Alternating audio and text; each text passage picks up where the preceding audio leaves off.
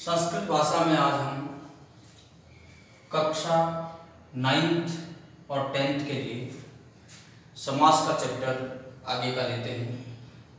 सबसे पहले हमने ये जाना था कि समास 6 प्रकार के होते हैं। समास की परिभाषा इत्यादि हमने पढ़ा था। सम सनम समासः। और उसके बाद जो 6 प्रकार है वो जाने थे, नाम जाना था उनका 6 भेदों के। उसके बाद हमने अवयवी भाव समास के बारे में पढ़ा था। उसके बाद हमने तत्पुरुष समास के बारे में पढ़ा था। उसके बाद हमने कर्मधारय समास के बारे में हमने पढ़ा था। अब नंबर 4 जो समास हम लेते हैं, कर्मधारयस्य भेदो दिगु, व्याकरण में लिखा हुआ है तत्पुरुष भेदो कर्मधारय, कर्मधारयस्य भेदो दिगु। तो कर्मधारय का ही भेद होता है दिगु समास। तो हम नंबर 4 पे दिगु समास के बारे में पढ़ते हैं। दिगु समास की संस्कृत में परिभाषा है संख्या पूर्वो दिगु। संख्या पूर्वो दिगु। इस परिभाषा के अनुसार इसके बारे में हम लिखते हैं हिंदी में, जिस समास में पहला पद अर्थात पूर्व पद संख्यावाची हो,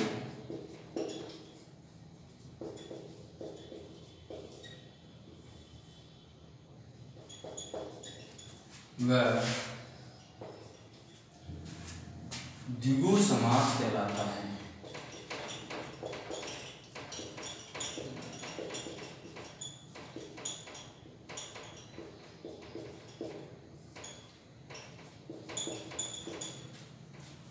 यानी संख्या पूर्वो दिगु। जिस समास में पहला पद अर्थात पहले पद का मतलब होता है पूर्व पद। संस्कृत भाषा का व्याकरण का शब्द है पूर्व पद। पूर्व पद संख्यावाची हो वह दिगु समास कहलाता है। दूसरा पद क्या होगा? संज्ञावाची होगा। इसमें आपके दिगु समास में जो उत्तर पद है,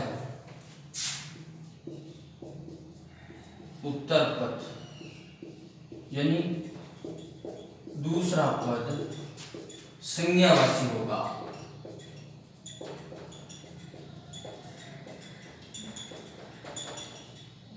पहला पद अगर संख्यावाची है तो दूसरा पद क्या होगा? संज्ञावाची होगा। और यह समास नपुंसक लिंग में बनता है। कौन से लिंग में बनता है? नपुंसक लिंग में। यह समास नपुंसक लिंग में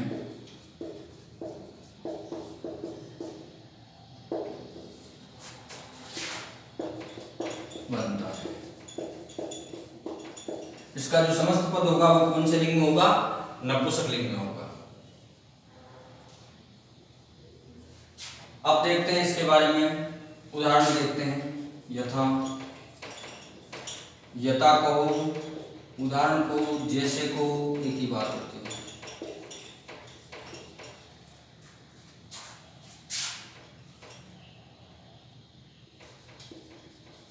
पंचपात्रम, ये इसका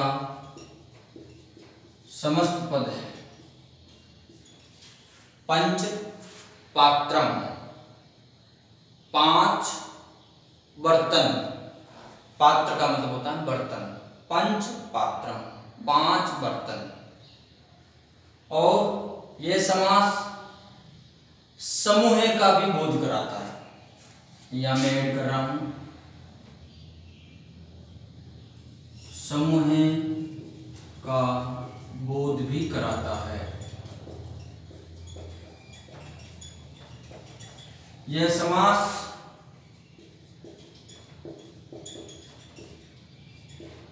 समास समूह का भी बोध कराता है। तो पंच पात्रम, 5 बर्तन।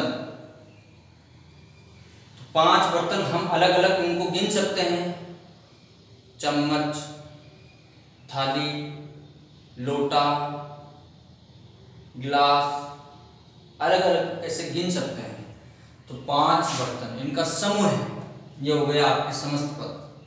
कौन से लिंग में है ये? फलम, पात्रम, पत्रम, पुस्तकम, नपुंसकलिंग में है। तो नियम में भी बताया दिया गया है ये नपुंसकलिंग में बनता है। अब देखिए इसका हम समास विग्रह करते हैं। तो विग्रह में हो जाएगा पंचानाम, पात्राणाम, समाहारे। समाहारे का मतलब होता है समूह। पंचानाम पात्राणाम समाहारे, तो बन जाएगा समस्त पद पंचपात्रम, 5 बर्तनों का समूह। का हुआ 5 बर्तनों का समूह। कर्ता ने कर्म को कर्ण से संप्रदान के लिए अपादान से अलग होने के अर्थ में संबंध का के की या फिर रा रे। तो का गया 5 बर्तनों का समूह है। तो पंचानाम षष्ठी विभक्ति हो गई, फलानाम, पुस्तकानाम नपुंसकलिंग में, तो यह हो गया पंचानाम षष्ठी विभक्ति हो गई। पंचानाम यहाँ पे भी क्या हो गया? पात्राणाम षष्ठी विभक्ति हो गई, पुस्तकानाम, फलानाम। तो पंचानाम पात्राणाम समाहारे पंचपात्रम।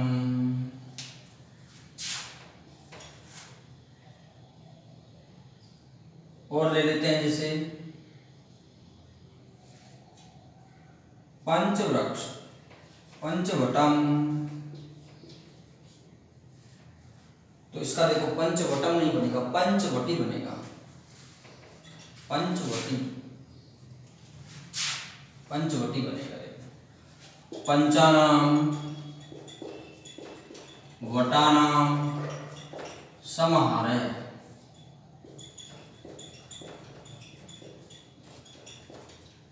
पांच वृक्षों का समूह, पंचानाम, वटानाम, समाहारे।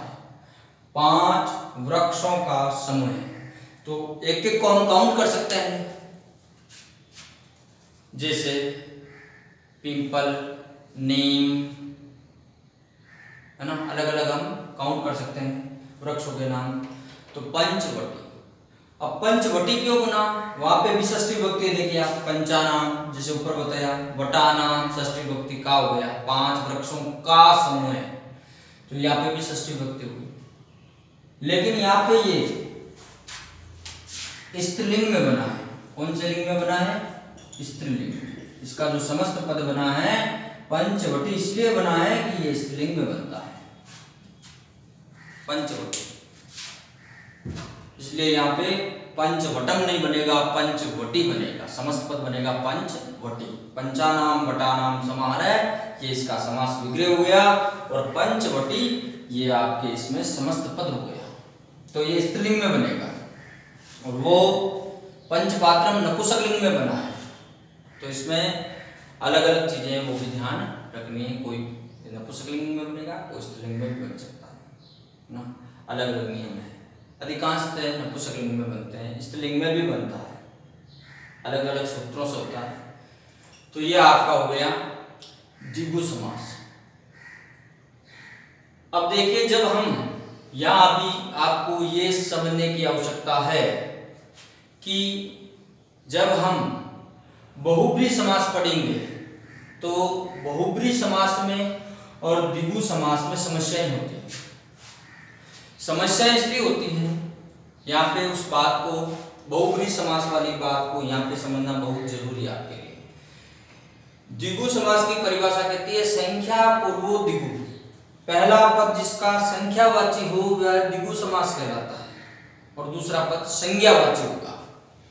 अब देखिए, जो बहुब्री समास की परिभाषा है, अन्य पद प्रधाने बहुव्रीहि। अन्य पद जिसका प्रधान होता है वह बहुव्रीहि समास होता है। लेकिन वहां पे भी जो उदाहरण आएंगे आपके सामने, वहां पे जो पहला पद है वहां पे संख्यावाची शब्द आएंगे। जैसे देखिए बहुव्रीहि का मैं बता रहा हूं आपको, यहाँ पे क्या चीज समझने की जरूरत है, किसके कारण मैं यहाँ द्विगु समास में साथ में बहुव्रीहि बता रहा हूं, उस बात को आपको समझना है। मैं इसलिए बता रहा हूं कि देखिए जैसे आपके पढ़े हुए हैं दशानन, ये बहुव्रीहि समास का समस्त पद उदाहरण है दशानन। जैसे चतुर्भुज, चतुर्भुज है, दशानन है, चतुर्भुज है, यही उदाहरण है। इनमें भी जो पहला पद है 10 संख्या का है। चतुर्भुज, इसमें भी पहला पद है जो चतु संख्यावाची है। तब हमारे सामने समस्या पैदा होती है कि द्विगु समास और बहुव्रीहि समास दोनों की पहचान कैसे करें, दोनों को हम कैसे जानें कि ये द्विगु समास है और ये बहुव्रीहि समास है।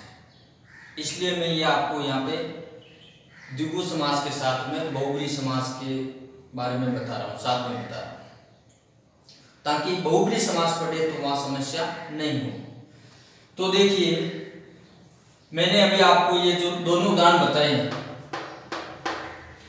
पंचपात्रम पंचवटी, इनको एक एक को हम गिन सकते हैं। पंचपात्रम 5 बर्तन एक एक को हम काउंट कर सकते हैं, गिन सकते हैं। पंचवटी 5 वृक्षों को, वट का मतलब होता है वृक्ष, संस्कृत शब्द होता है वट, वट का अर्थ होता है वृक्ष। तो इन 5 वृक्षों के नामों को हम अलग अलग गिन सकते हैं।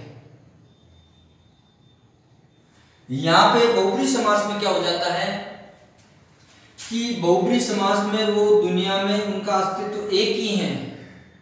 जैसे 10 दशानन, तो इसका समास विग्रह बनता है 10 आननानि यस्य सः, 10 आननानि यस्य सः दशाननः, अर्थात रावण, अन्य अर्थ निकलता है। लेकिन जो 10 है सिर वाला, वो इस पूरे सृष्टि मंडल में, पूरे ब्रह्मांड में एक ही है। 10 सिर वाला रावणी है, रावणी था और कोई नहीं है। तो ये विशेष अर्थ में हो गया आपके। चतुर्भुज, 4 भुजाओं वाले केवल 4 भुजा ही हैं, 4 भुजा के नाती हैं और कोई नहीं है। चतुर्मुख है, 4 मुंह वाले, जैसे इसका और उदाहरण है चतुर्मुख है, 4 मुख वाले केवल आपके ब्रह्मा जी हैं और कोई नहीं है। तो ये ब्रह्मा के अर्थ में हो गया विशेष। चतुर्भुजे, ये केवल 4 भुजा के नाती है, ठाकुर जी है और कोई नहीं है चतुर्भुज, 4 भुजाओं वाले, विशेष के लिए। दशानन केवल रावण के लिए ही काम में आ रहा है।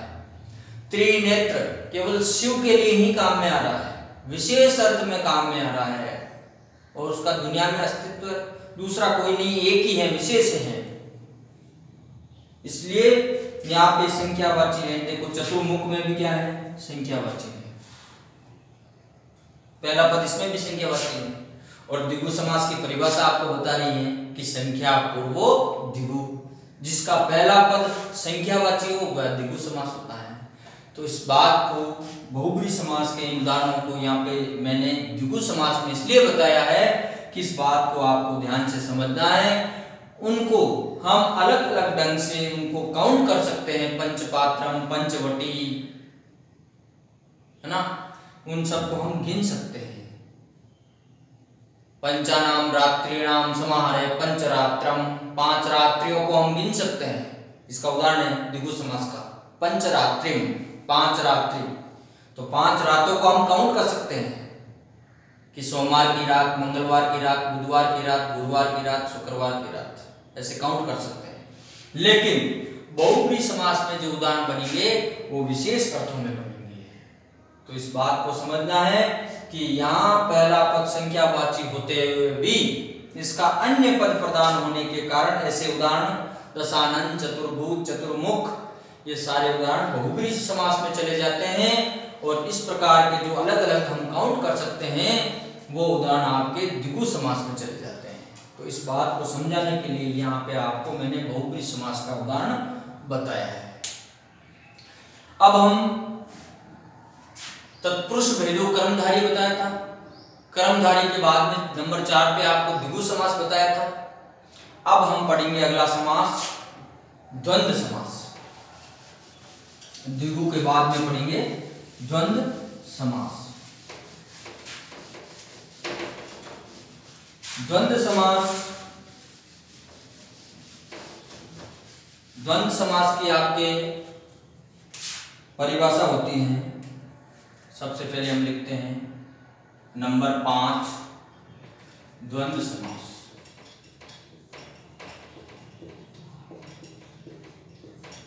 द्वंद्व समास की सबसे पहले परिभाषा लिखते हैं संस्कृत में, उभय पद प्रधाने द्वंद्वः।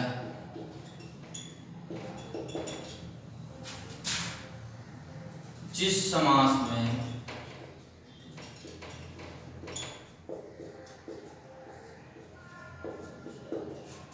दोनों ही पद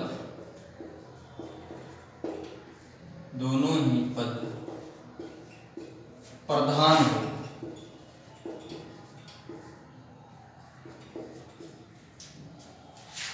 वह द्वंद्व समास कहलाता है।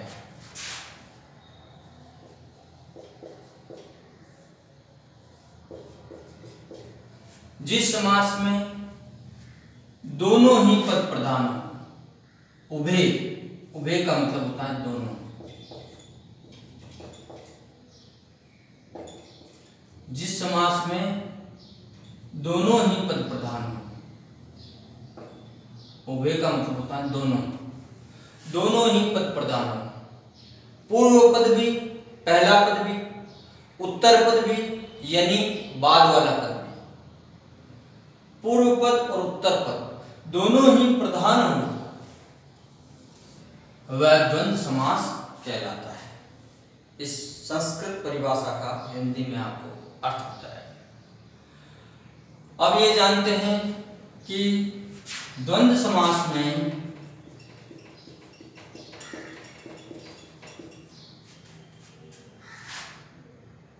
लिंग का निर्धारण, द्वंद्व समास में लिंग का निर्धारण उत्तर पद के अनुसार होता है।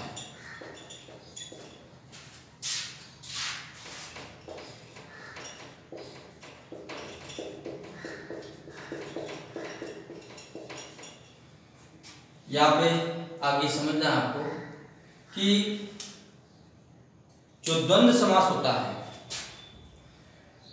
मैंने लिखा है द्वंद्व समास में लिंग का निर्धारण, जो लिंग होगा समस्त पद का, पुल्लिंग है, स्त्रीलिंग है या फिर नपुंसकलिंग, लिंग का निर्धारण उत्तर पद के अनुसार होगा, यानी जो बाद वाला पद है उसके अनुसार होगा।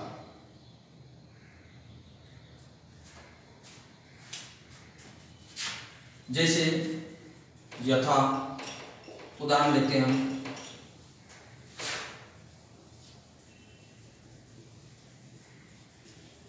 रामे च, रामे च, रामे च।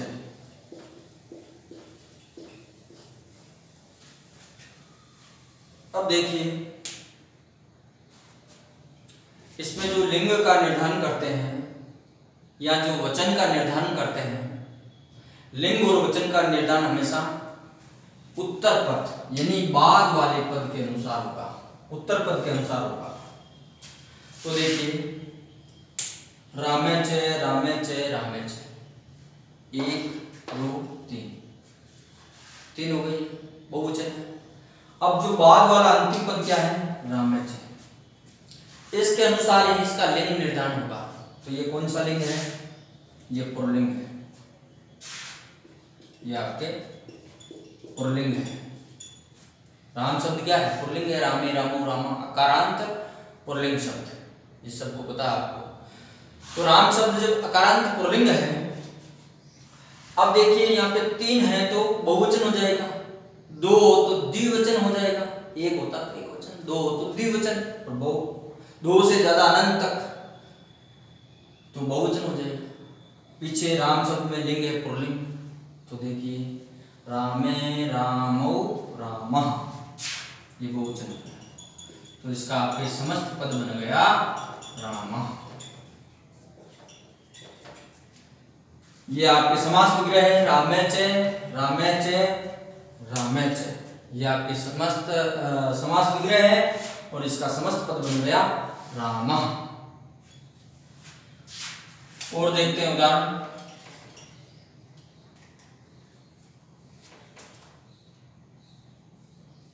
हरिश्च हरश्च, हरिश्च हरश्च,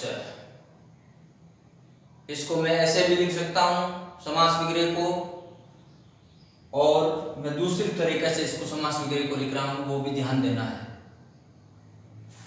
इसको ऐसे भी लिख सकते हैं, हरि, इस से आधे से का क्या हो गया? विसर्ग हो गया। से की सब तो विसर्ग संधि होती है, तो ये विसर्ग के स्थान पे से आया हुआ है, तो इसको ऐसे भी लिख सकते हैं, हरि च, यहाँ हर लिख दिया, इस से है आधे से के स्थान पे विसर्ग कर दिया, हरि च हरे च, ऐसे भी लिख सकते हैं। इस समास विग्रह को हरिश्च हरश्च ऐसे भी लिख सकते हैं, और हरि च हरे च ऐसे भी लिख सकते हैं। इसको भी लिख सकते हो आप, रामेच रामेच रामेच, इसको भी लिख सकते हो, इस विसर्ग के स्थान पे ऐसे लिख सकते हो, से रामश्च, इस विसर्ग के स्थान पे, भाई विसर्ग को से होता है, से को विसर्ग कर दो, विसर्ग संधि का नियम है। विसर्ग संधि का क्या नियम है? विसर्ग के स्थान पे या तो स परिवर्तन होता है, लिट्टू लसानाम दंता, सड़क वाला स, दंत्य सकार जिसको कहते हैं व्याकरण में, ईचू यसानाम तालु, तालव्य सकार, शंकर वाला स, ऋतु रसाणाम मूर्धा, मूर्धन्य सकार, षटकोण वाले से को कहते हैं मूर्धन्य सकार। तो तीनों से विसर्ग के स्थान पे चेंज होते हैं, तो वहां पे हमें व्याकरण में संधि के चैप्टर में विसर्ग संधि बनती है। यहाँ पे विसर्ग के स्थान पे रे परिवर्तन होता है, या फिर विसर्ग के स्थान पे विसर्ग का लोप हो जाता है, तो लुप्त विसर्ग संधि हो जाती है, या फिर लोप विसर्ग संधि कहते हैं जिसको। लुप्त का मतलब होता है लोप, विसर्ग का लोप हो जाता है, हट जाता है विसर्ग। तो विसर्ग के स्थान पे होता है सब कुछ, या तो स हो जाता है, या फिर र हो जाता है, या फिर विसर्ग हट जाता है, तो यही होती है आपकी विसर्ग संधि। तो देखिए हरिश्च हरश्च, या फिर ऐसे भी लिख सकते हैं समास विग्रह को, हरि च हरे च, तो इसका आपके समस्त पद बन जाएगा हरि हरौ, हरि हरौ।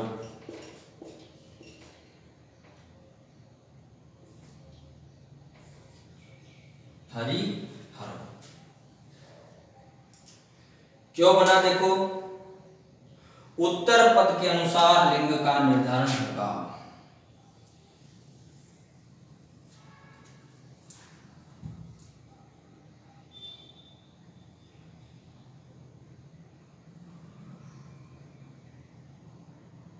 तो आपके देखिए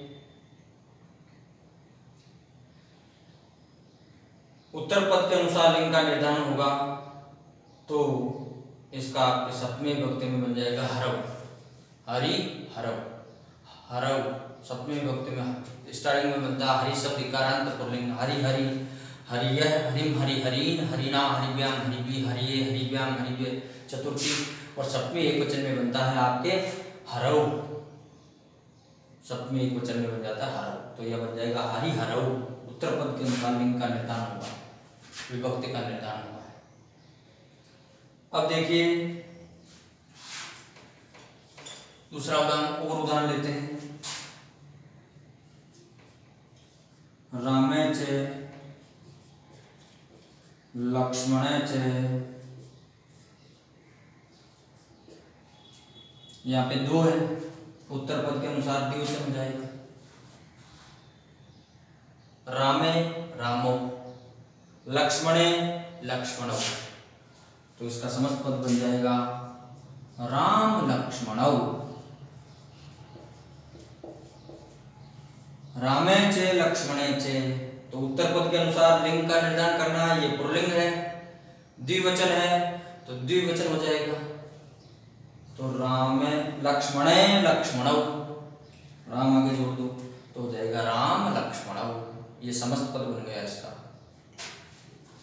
जैसे उदाहरण लेते हैं,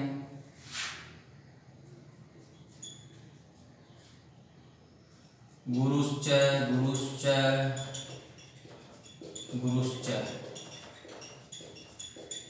गुरुश्च गुरुश्च गुरुश्च, 3 बार आ गया। उत्तर पद के अनुसार लिंग का निर्धारण करना है। उत्तर पद क्या है?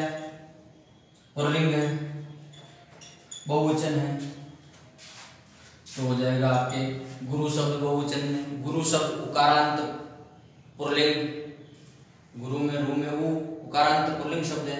गुरु गुरु गुरुवः, गुरु गुरु गुरुवः, गुरु गुरु गुरुवः, ये बहुवचन हो गया। ये हो गया आपके समस्त पद। ये हो गया ऊपर वाला समास हो गया, नीचे बन गया समस्त पद।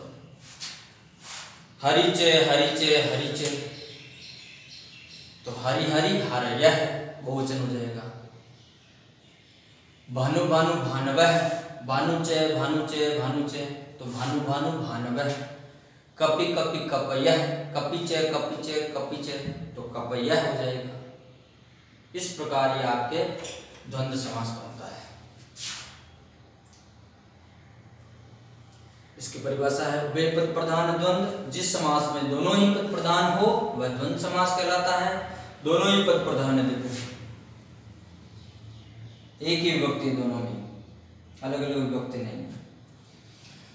और द्वंद्व समास में लिंग का निर्धारण उत्तर पद के अनुसार होता है। पर्वलिंगम द्वंद्व तत्पुरुषयोः, उत्तर पद के अनुसार द्वंद्व समास में और तत्पुरुष समास में लिंग का निर्धारण होता है। व्याकरण का सूत्र है। पर्वलिंगम द्वंद्व तत्पुरुषयोः, उत्तर पद के अनुसार द्वंद्व समास में और तत्पुरुष समास में लिंग का निर्धारण होता है कि पुल्लिंग है कि स्त्रीलिंग है कि नपुंसकलिंग है। तो यह अभी हमने पढ़ा था द्वंद्व समास। धन्यवाद।